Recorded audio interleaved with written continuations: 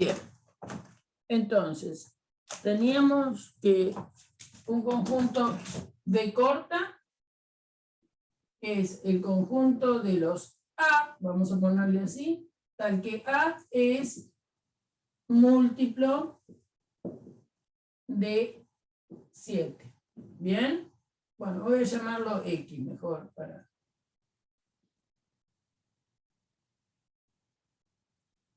Tenemos un conjunto, a ver, para usar las mismas letras que en el apunte, ¿cómo se llamaban los múltiplos de 45? Un conjunto M,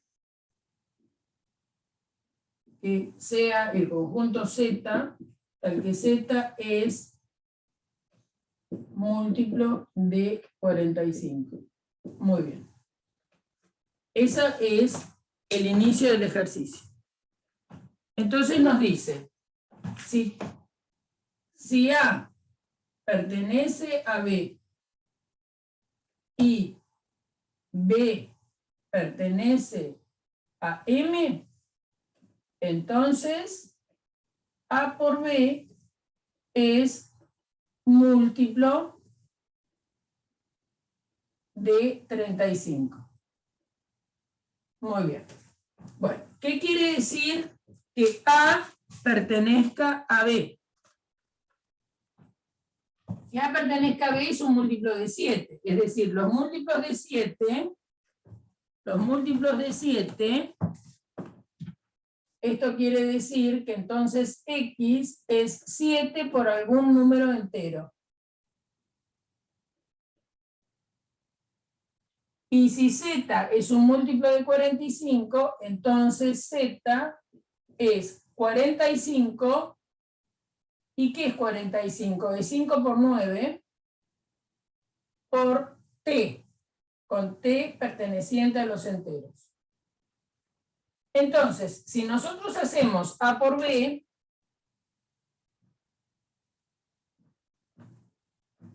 si hacemos A por B, va a ser 7 por K por 5 por 9 por T.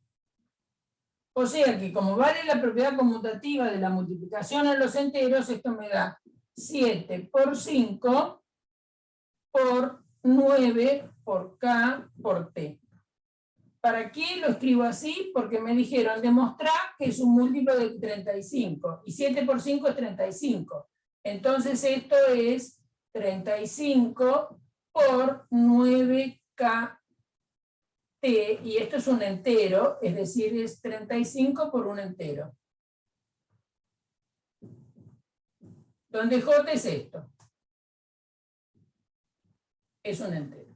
Por lo tanto, es cierto que el conjunto A por B es un múltiplo de 35.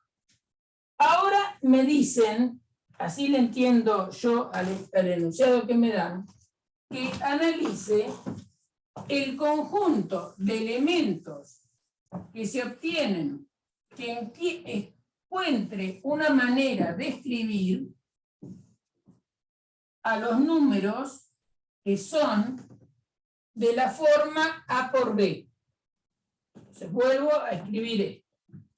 Vamos a llamar J a los elementos W, al que W es A por B, siendo A un elemento de B y B un elemento de M.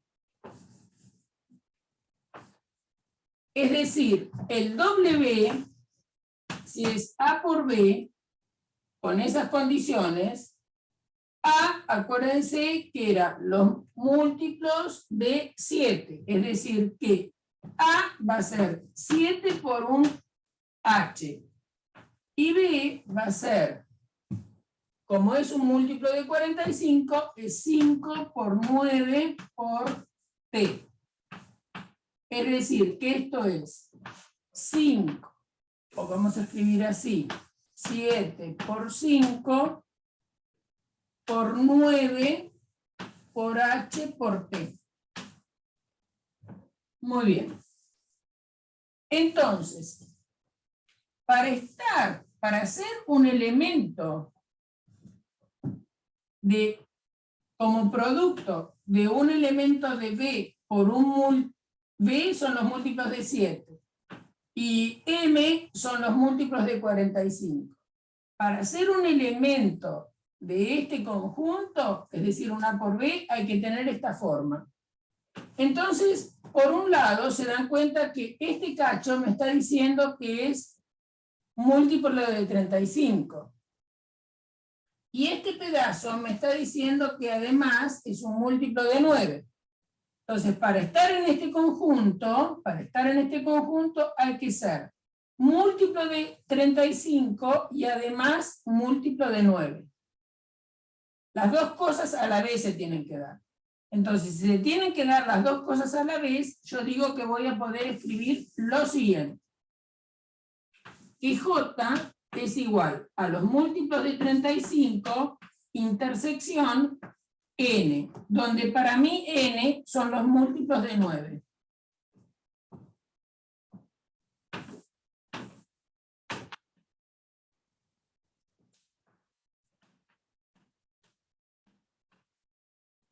Si es múltiplo de 9, es 9 por, qué sé yo, por otra letra, son los N, tal que N es 9 por L.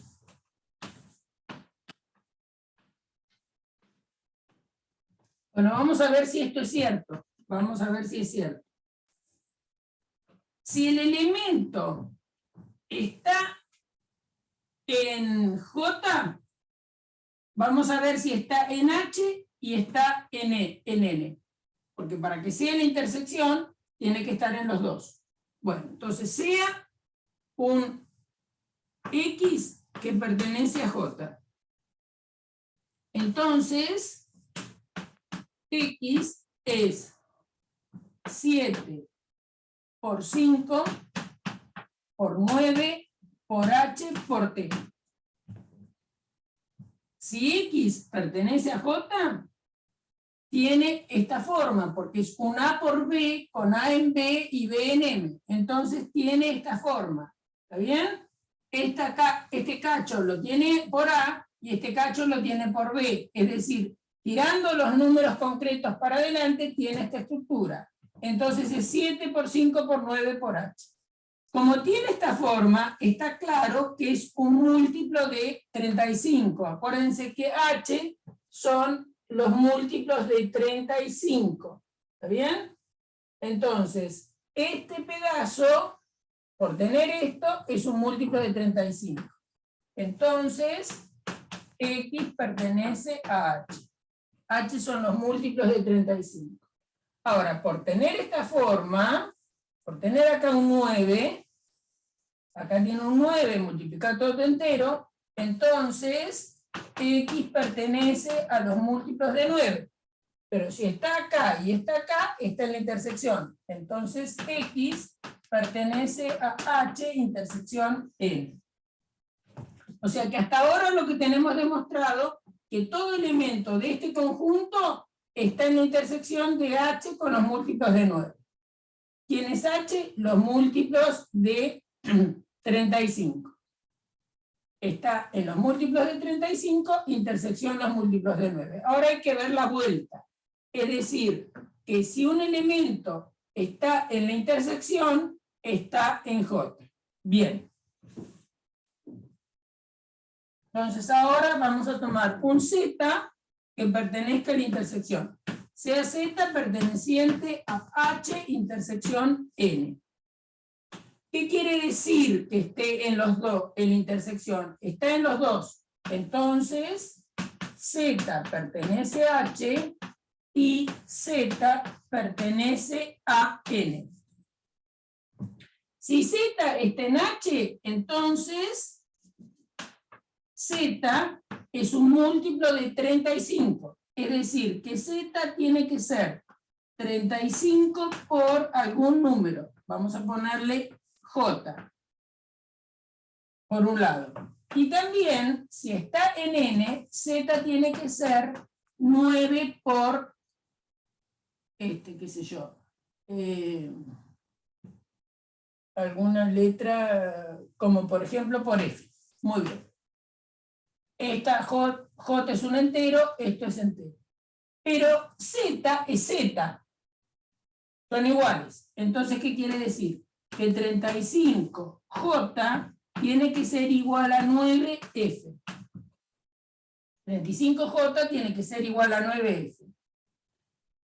35 lo vamos a escribir como 5 por 7 por J. Y el número 9 lo voy a escribir como 3 por 3 por F. ¿Por qué hago eso?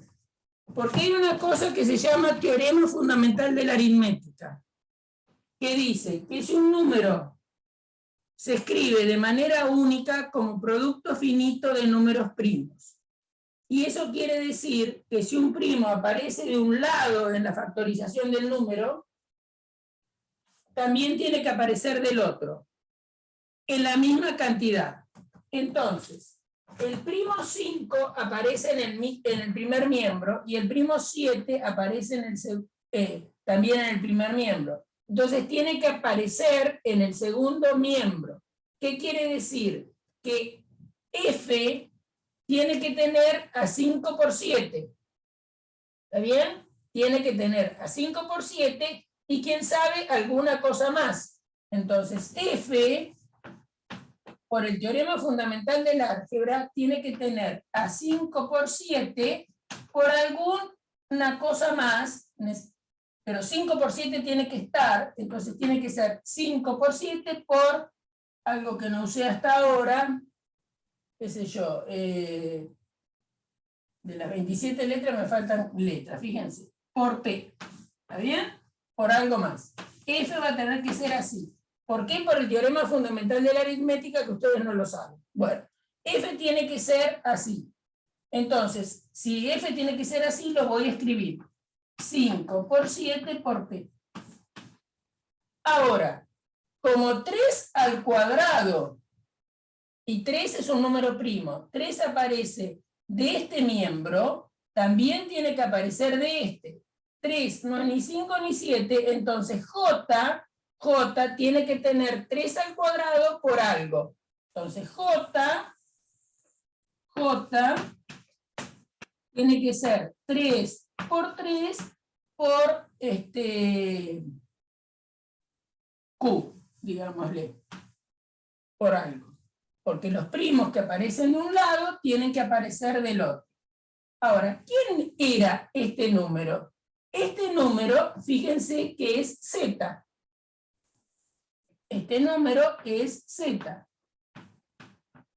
Entonces, Z, porque acá acuérdense que decíamos, Z es un múltiplo, como estaba en la intersección, estaba en H, por lo tanto era un múltiplo de 35, y también Z era un múltiplo de 9.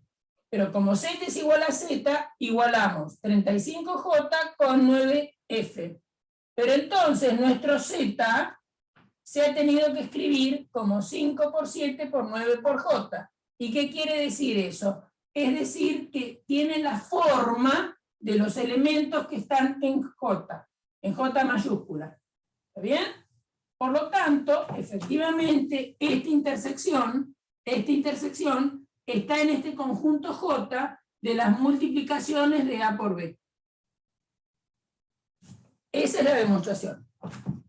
Es una demostración que se les escapa al nivel que ustedes tienen. ¿Por qué se les escapa? Porque ustedes no saben manejar el teorema fundamental de la aritmética. Sale, pero tienen que ser los múltiplos de 35 que también son múltiplos de 9. Entonces, que también sean, quiere decir que es la intersección. Yo me confundí al inicio porque yo le entendí distinto el enunciado. No le entendí a Gaby cuando daba el enunciado.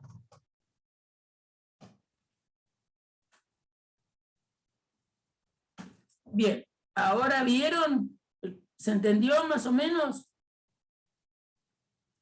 ya les digo, no fue fácil ese ejercicio porque hay algo que ustedes no manejan bien, que es el teorema fundamental de la aritmética, que dice que todo número entero se puede escribir como un producto finito de números primos. Esa factorización es única salvo el orden. Eso dice el teorema fundamental de la aritmética. Entonces, eso es lo que uso acá cuando digo que si el número es, por un lado, 35J y por el otro lado 9F, entonces 35 es 7 por 5, que es producto de primos, y 9 es 3 por 3, producto de primos. Y los primos que aparecen de este lado, de la igualdad, tienen que ser los mismos que aparecen de este lado. Eso es lo que fuerza a que entonces el número Z acá tenga que ser, acá el F tenga que tener a 7 y a 5. Y eso es lo que fuerza a que J tenga que tener a 3 al cuadrado. Por lo tanto, Z tiene esta forma. Y si Z tiene esta forma, entonces evidentemente que Z está en este conjunto J, donde los elementos de J son los que tienen esta forma. Bien, quédense tranquilos que eso no se va a tomar, porque está afuera del alcance de lo que ustedes vieron en este curso. ¿Pero se entendió? Sí, es posible que lo hayas entendido más o menos. Bien, no te preocupes. Está grabado, míralo nuevamente. Entonces, la justificación de esto que hicimos se basa, yo te voy a decir en qué se basa en el teorema fundamental de la aritmética.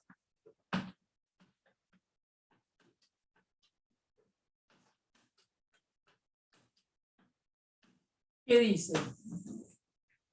Todo número entero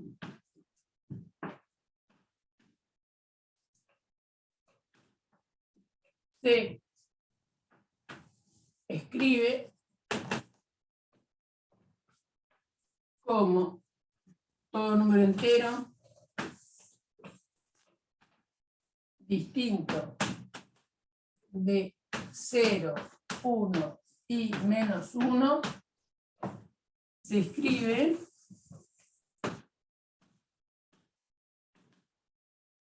como producto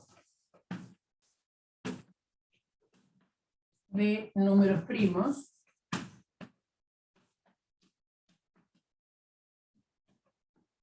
punto. Y esa factorización es única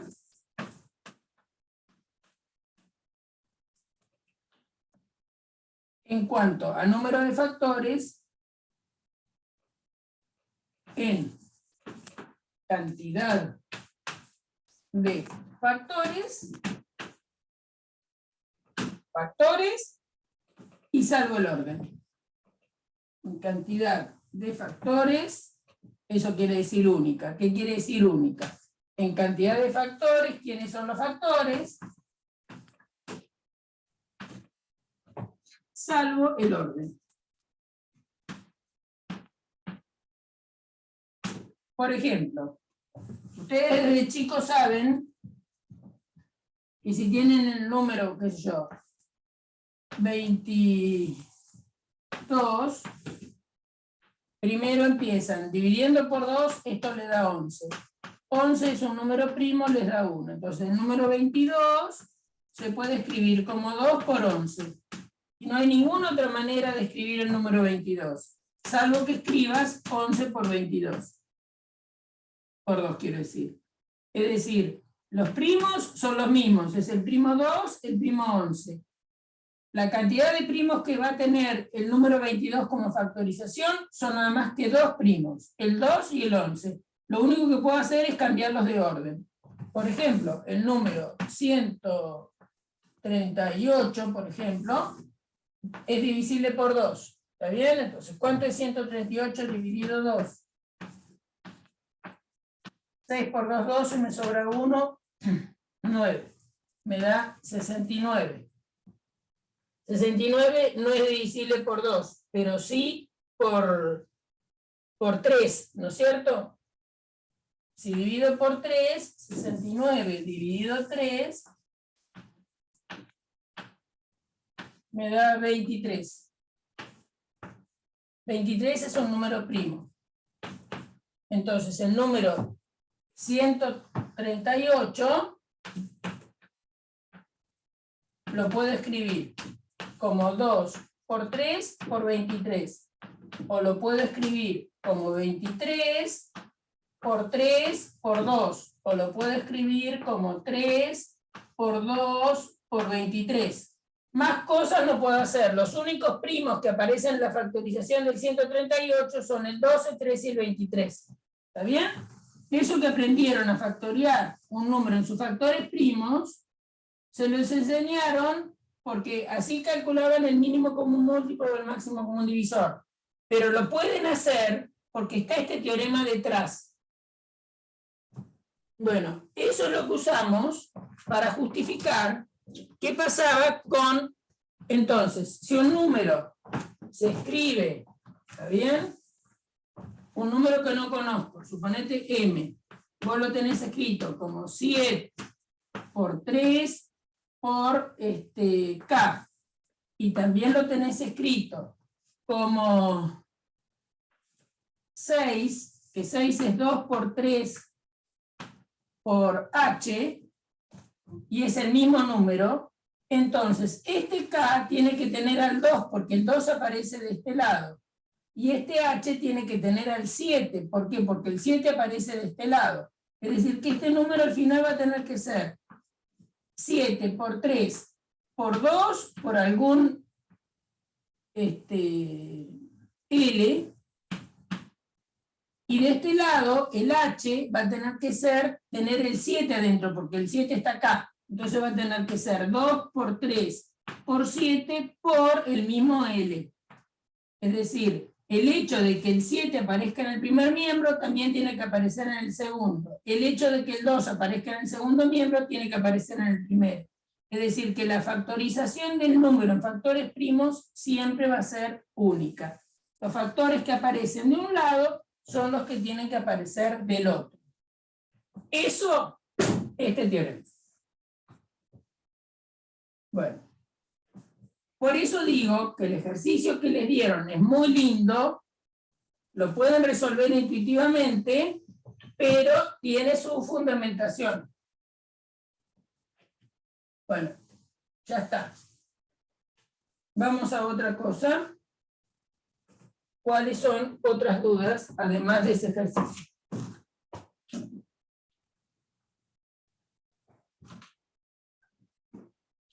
¿Qué otra duda tienen? Pueden desmutearse y hablarme.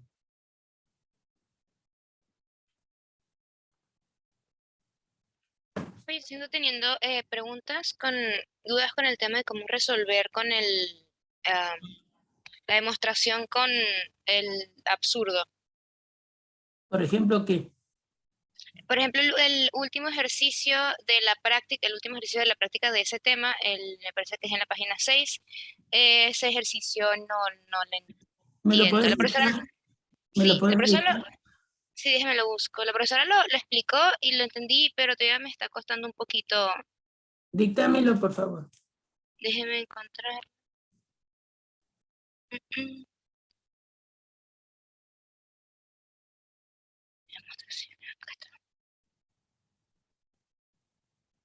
Dice, recordemos que un número racional o fraccionario es aquel que puede expresarse como cociente de enteros. Es decir, si x a entre b y b distinto de 0, decimos que x es un número racional. Un número es irracional si no puede... Bueno, un número racional es un cociente de números enteros con a entero y b entero no nulo. Bien, ¿qué más? Ok, x es un número racional, un número y es irracional si no puede describirse como cociente de enteros, por ejemplo, raíz de 2, raíz de 2, pi o raíz de 5. No se puede escribir. Bueno, entonces y no se puede escribir escribir como cociente de enteros. Es decir, y es irracional.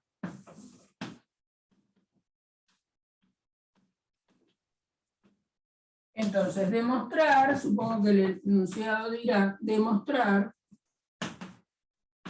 que X más Y es irracional.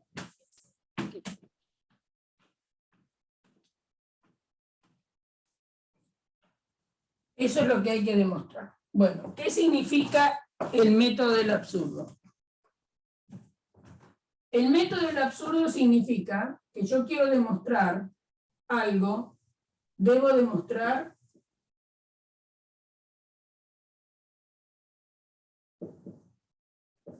P, algo que llamo P. Ya tenemos la teoría de la matemática, donde, ¿qué quiere decir? Tenemos cosas, que me refiero a estas cosas, propiedades, definiciones, axiomas, conocidas, que valen en la matemática.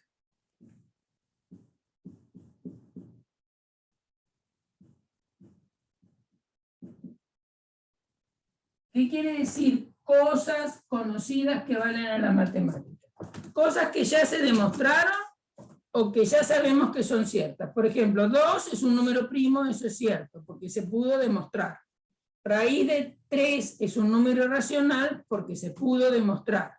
Es decir, hay un montón de cosas que sabemos que valen en la matemática.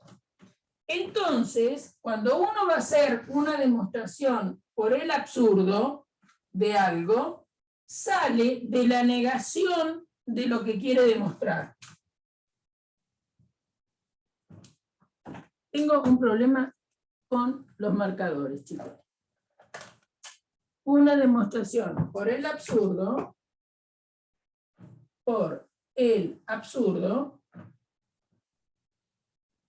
también llamado contradicción,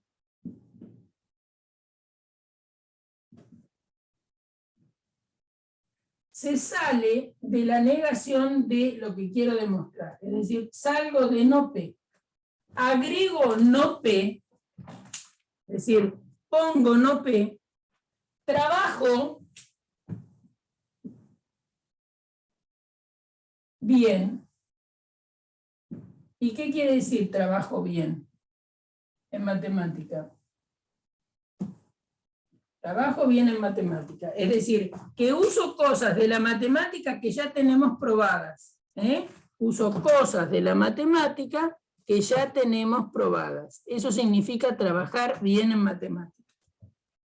Y si trabajando bien en matemática, por el hecho de haber aceptado no P, llegamos a contradecir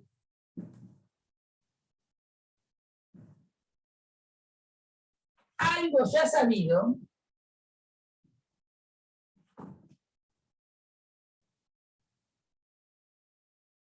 es decir, algo sabido era proposiciones conocidas, definiciones, axiomas, es decir, teoremas, algo ya sabido que vale en la matemática, a eso me refiero contradecir algo sabido. Eso decimos que se produce por el hecho de haber agregado no P como hipótesis. Entonces, no P no puede ser verdadera. Y si no P no puede ser verdadera, es que no P es falsa.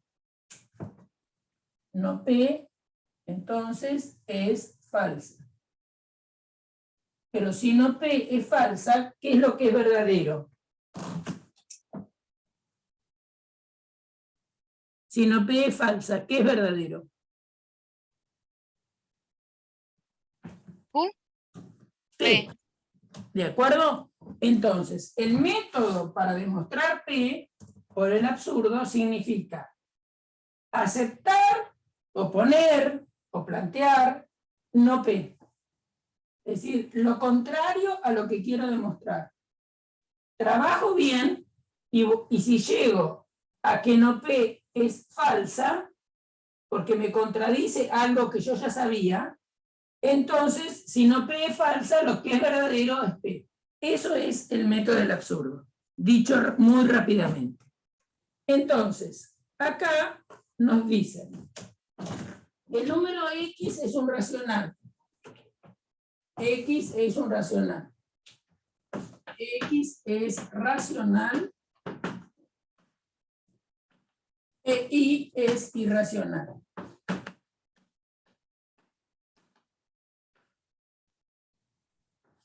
Demostrar que X más Y es irracional.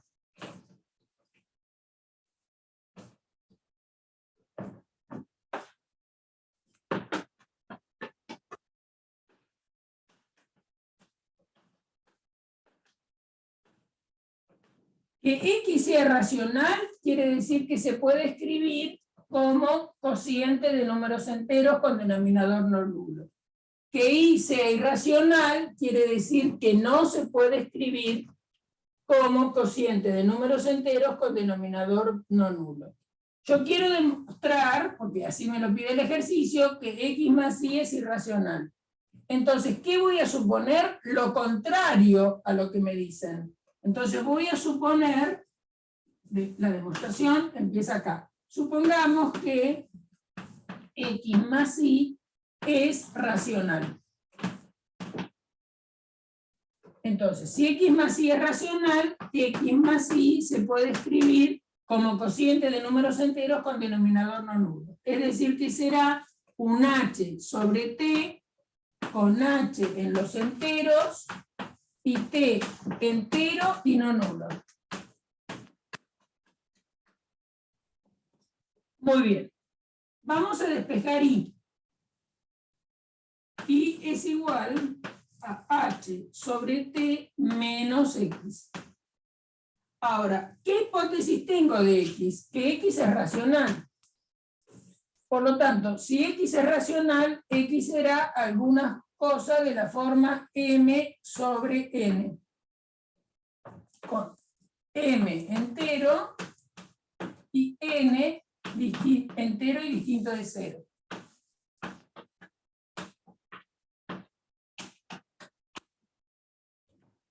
Entonces, esto es lo mismo que tener H sobre T menos M sobre N. Acá me queda planteada una resta de fracciones. Esa resta de fracciones, saben que es T por N, HN menos MT. Ahora, esto es un cociente de números enteros, con denominador no nulo, porque como T es distinto de 0 y N es distinto de 0, N por T es distinto de 0. Primera observación. Segunda observación, si H es un entero y M también, y N también, y T también, entonces HN es un entero. MN, MT es otro entero. La resta de enteros es entero, por lo tanto esto es un cociente de números enteros, con denominador no nulo. Por lo tanto, hemos escrito ahí como cociente de números enteros. Luego I es racional.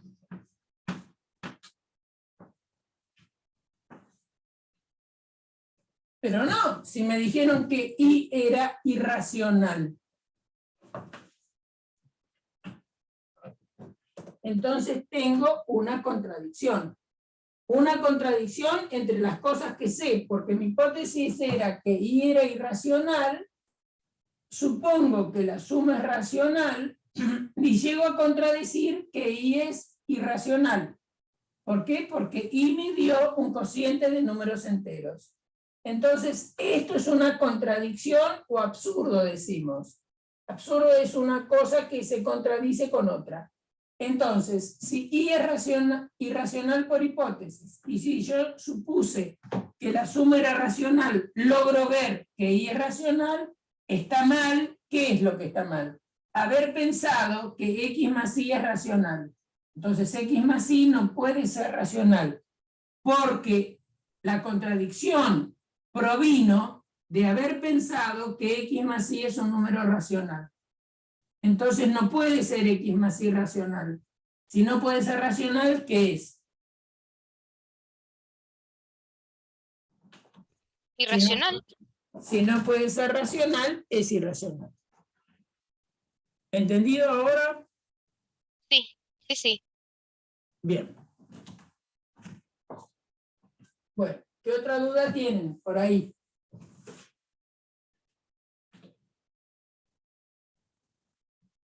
Otra cosa que tengan duda.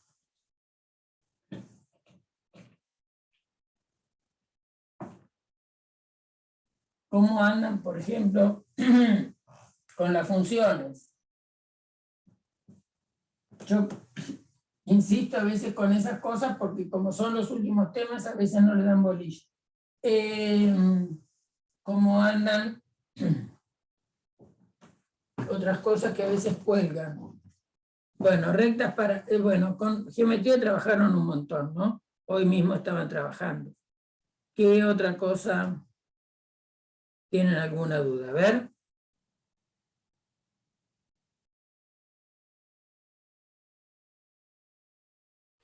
Yo por el momento, demostraciones era mi única duda. Bien. ¿Alguna otro compañero? ¿Qué otra duda puede tener?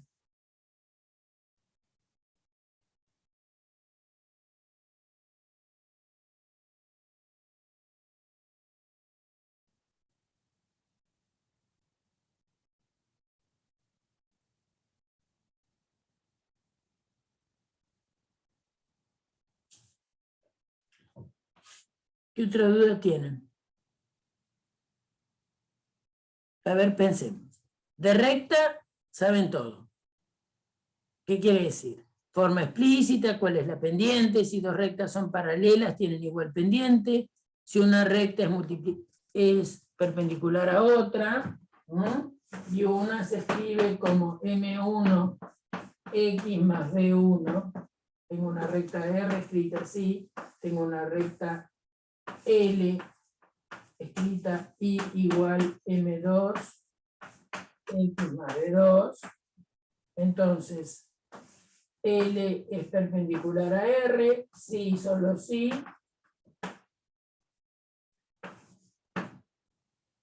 M1 por M2 es igual a menos 1. Esa es una condición. Otra condición distinta es si las rectas son perpendiculares, perdón, paralelas. Si las rectas son paralelas, es sí y solo sí, M1 es igual a M2. ¿Está bien? Después, paralelas a los ejes son X igual constante, Y igual constante. ¿Está bien? Es decir, que no se pueden escribir de manera explícita así.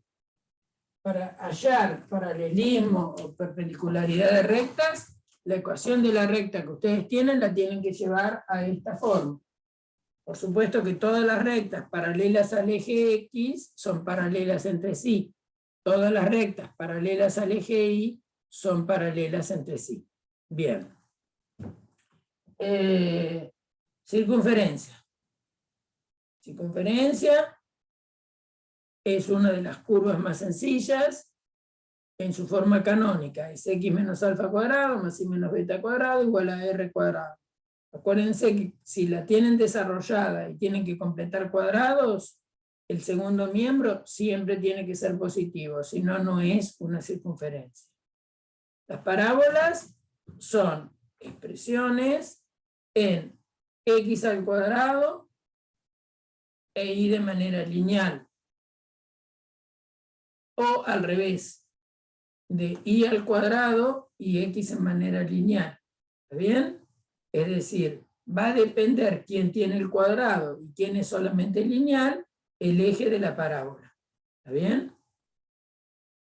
Entonces han hecho ejercicios, vi que estaban hoy trabajando en eso, completando cuadrados para llevar una parábola, la ecuación de una parábola a la forma canónica. ¿Para qué? Porque si la tienen en la forma canónica, lo mismo que la circunferencia, inmediatamente pueden encontrar los elementos.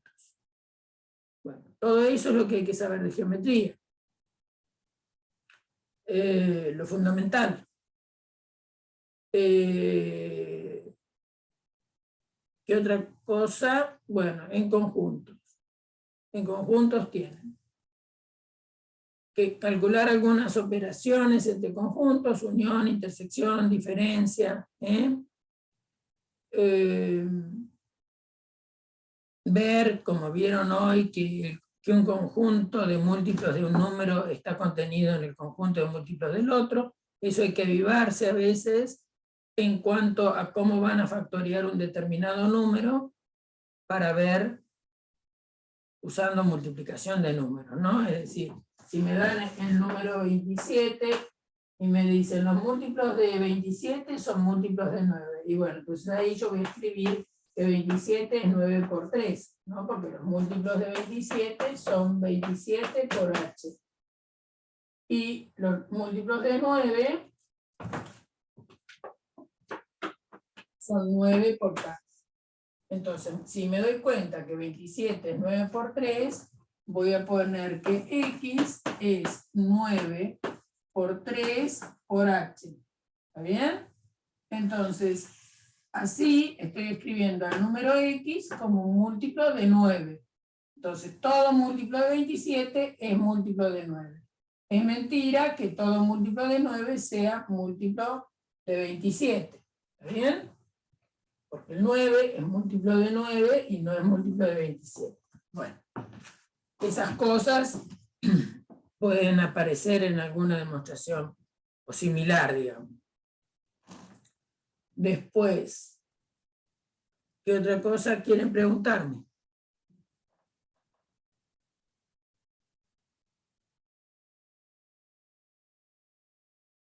¿Ninguna duda más tienen?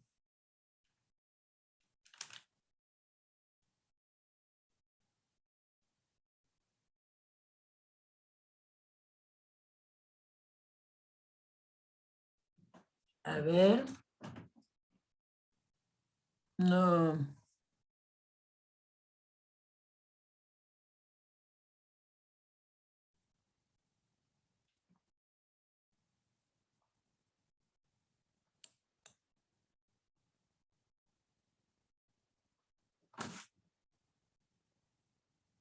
Bueno. María dice que no tiene más dudas.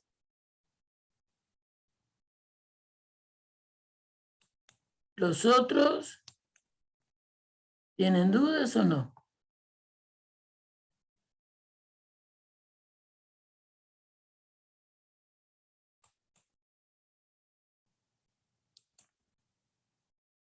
¿Los otros tienen dudas? ¿O ya han satisfecho todo?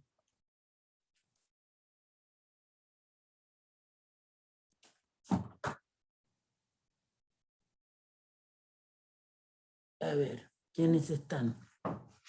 Sin anteojos no veo nada desde acá.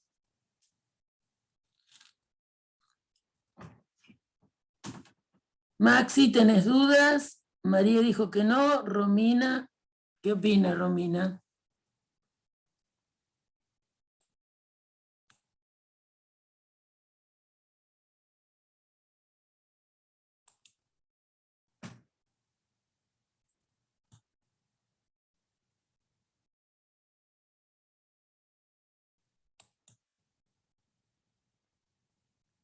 Joaquín. Yo por mí no, profe. Yo me queda repasar esto de las últimas clases y ya estaría. Bien. Bueno.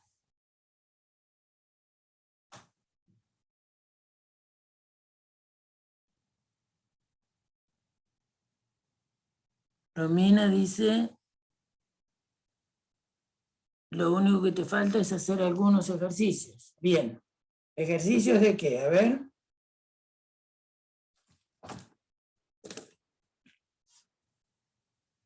¿Qué ejercicio tenés duda?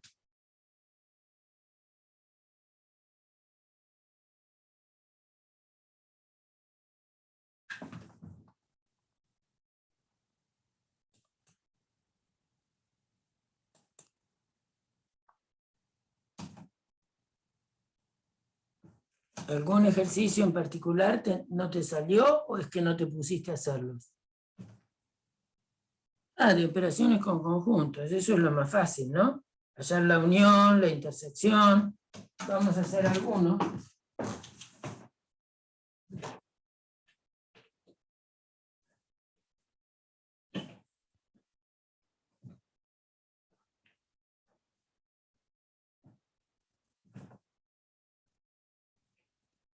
Vamos a hacer algunos. A ver, supongamos que A es el conjunto de los X, tal que X es natural y X es mayor o igual que 2 y menor o igual que 16.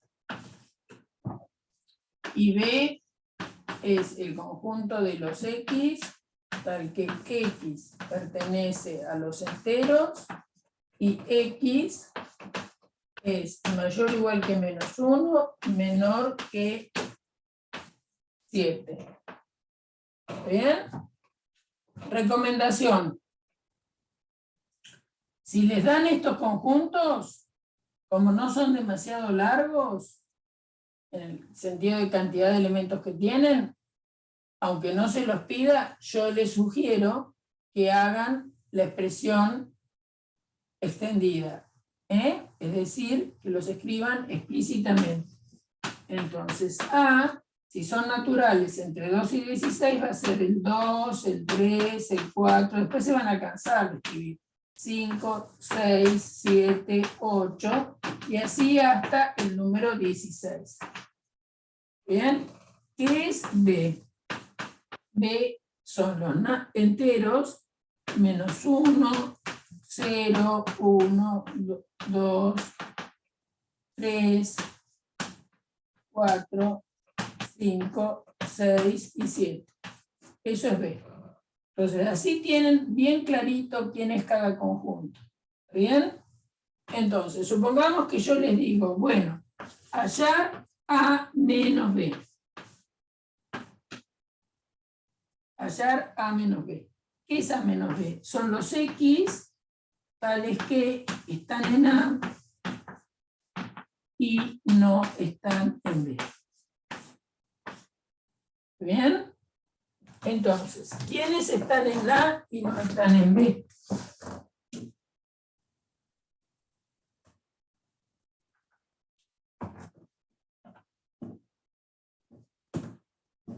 Entonces, uno puede hacerse un dibujito. Eso les va a ayudar mucho.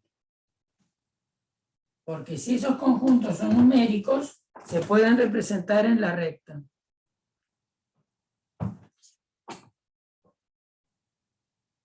Entonces, acá tenemos el menos 1, acá tenemos el menos 2 también, ¿no? Pero tenemos menos 1, 0, 1, 2, 3, 4, 5, 6, 7, 8, 9, 10, acá tengo que poner 16, 15, 14,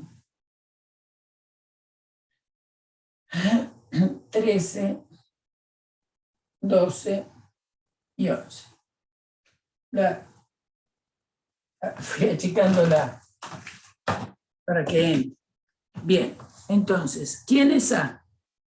Y A son desde el 2, el 3, el 4, el 5, el 6, el 7, el 8, el 9, el 10, el 11, el 12, el 13, el 14, el 15 y el 16. Eso es A. ¿Quién es B?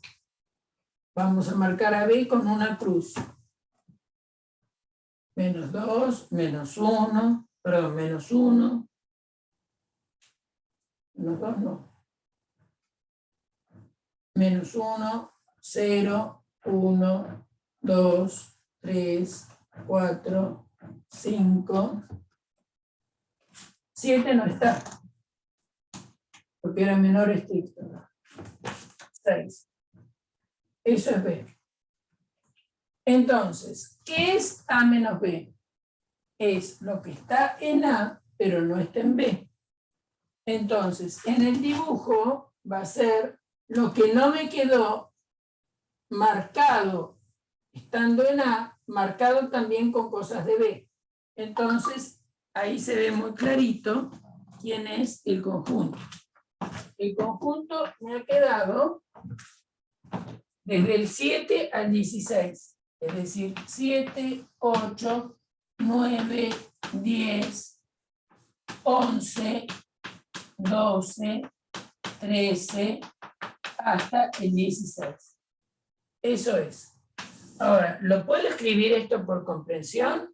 Y sí, también lo puedo escribir como que A menos B es el conjunto de los X, tal que X es natural y X es mayor o igual que 7, menor o igual que 16. Lo puedo escribir por extensión, lo puedo escribir por comprensión. ¿Bien? Si me dicen B menos A, ¿qué es eso? Son los X tal que están en B y no están en A. Entonces, nosotros tenemos marcados los de B con crucecitas y los de A con rojos. Lo que yo voy a tener que sacar son los que están en cruz y rojo, porque si están en rojo están en A. Entonces, lo único que me queda es el menos 1, el 0 y el 1. ¿Lo quiero escribir por comprensión? Sí, si quiero también. Va a ser los X, tal que X pertenece a los enteros, y menos 1, menor o igual que X, menor o igual que 1. Entonces esa sería la diferencia. Por ejemplo, si me piden la unión, ¿qué pasa con la... o si me piden la intersección? Vamos con la intersección. Si me piden la intersección, ¿qué es la intersección de A y B? Son los que están en los dos. Son los elementos que están en A y también están en B. Entonces, si yo los tengo dibujados, los que están en la intersección son los que están marcados en rojo y cruz. O sea que van a ser el 2, el 3, el 4, el 5 y el 6. Si los miras acá, el 2 lo puedo poner porque está en A y está en B. El 3 lo puedo poner porque está en A, está en B. El 4 lo puedo poner porque está en los dos. El 5 lo puedo poner porque está en los dos. El 6 lo puedo poner porque está en los dos. Es decir, que la intersección me da el 2, el 3, el 4, el 5 y el 6. ¿Está bien? ¿Lo dejo así o lo escribo por comprensión? Si lo escribo por comprensión, van a ser los X naturales que están entre 2 y 6. ¿Está bien? Esa es otra manera de escribirlo. Si me dicen la unión, ¿qué pasa con la unión? Acuérdense que la unión son todos los que están o bien en A o bien en B. Entonces, desde el punto de vista gráfico, son todos los que están marcados o con cruz o con rojo. Entonces, A unión B, por definición, son los X que están en A o están en B. Eso significa que están marcados de alguna forma o como elemento de B o como elemento de A. O sea que van a ser el menos 1, el 0, el 1, el 2, etcétera, hasta el número 16. ¿Cómo lo puedo escribir? Y lo puedo escribir así. Son los X tal que x pertenece a los enteros, y menos 1 menor o igual que x menor o igual que 16. Esa es la manera de escribirlo. ¿Entendido? La que quería ejercicios de conjunto, operaciones con conjuntos. ¿Sí? Romina, ¿está claro? ¿Está bien esto? Otras operaciones no vas a tener.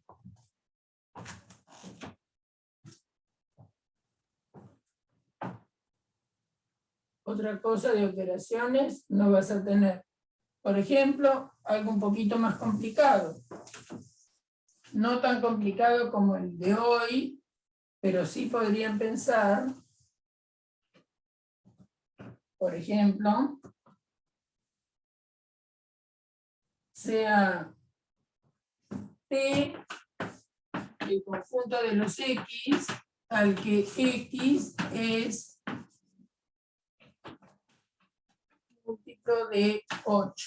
¿Está bien? Es decir, si X es múltiplo de 8, quiere decir que X es 8 por H y H pertenece a los enteros. ¿Bien? Esos son los múltiplos de 8. Y sea F el conjunto de los X al que X pertenece a los naturales y X está entre 4 y 24. Y te piden hallar T intersección F. ¿Está bien? Entonces, yo lo que recomiendo es que escriban por extensión los elementos de F, o que piensen quiénes son los elementos de... Es lo mismo que para poder escribir la intersección, hay que pensar los elementos que están acá, que son múltiplos de 8. ¿Está bien? Entonces, ¿quién es F? F tiene el 4, tiene el 5, tiene el 6, tiene el 7, tiene el 8. Este es múltiplo de 8. Tiene el 9, el 10, así sigo. El próximo múltiplo de 8 es el 16. 17 no lo es, 18 tampoco. El próximo número múltiplo de 8 es el 24. Y ahí se me terminó el conjunto. ¿Está bien? Entonces, pienso quién es F. Son todos los números naturales que van de 4 a 24. Entonces son 4, 5, 6, 7, 8, múltiplo de 8.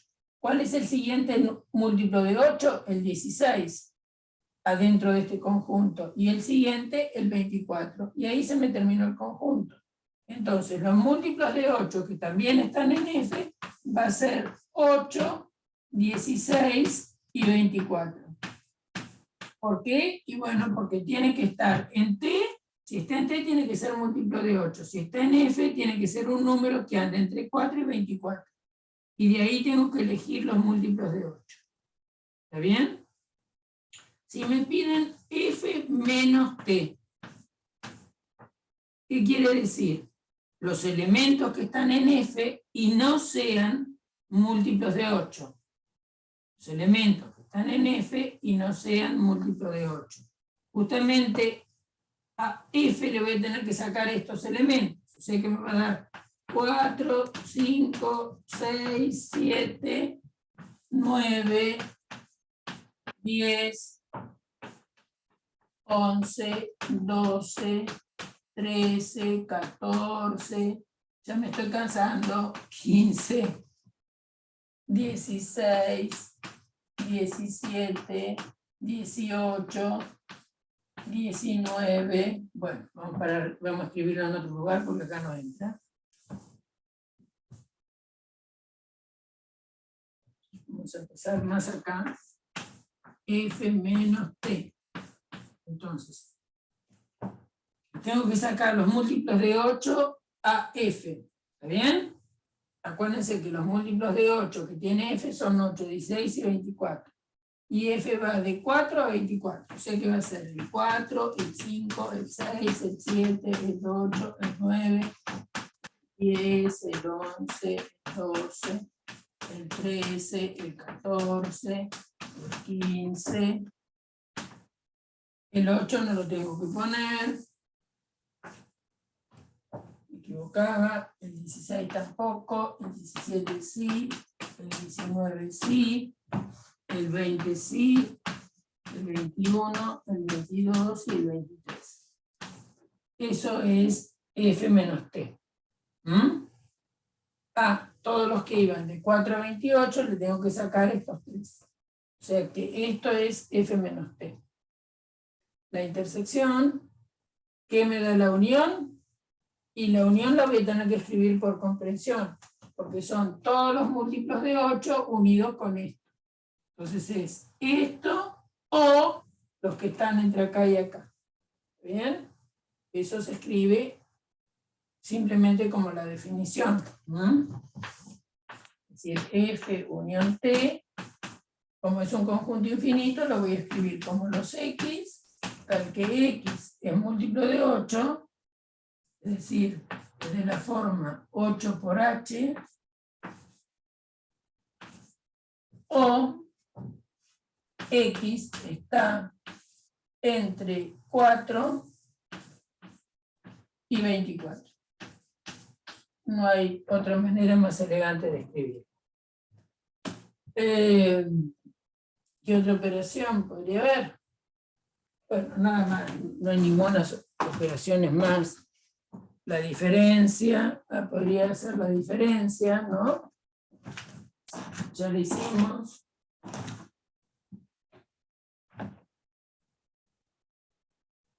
Si a los elementos de T le saco los de F, van a ser los múltiplos de 8 que no sean distintos de 8, de 16 y 24.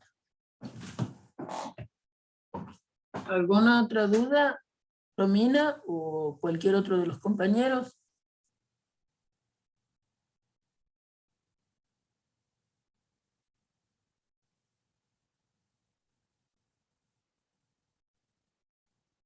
Bueno, entonces mañana el parcial es a las 11. En un rato subiré la grabación de hoy.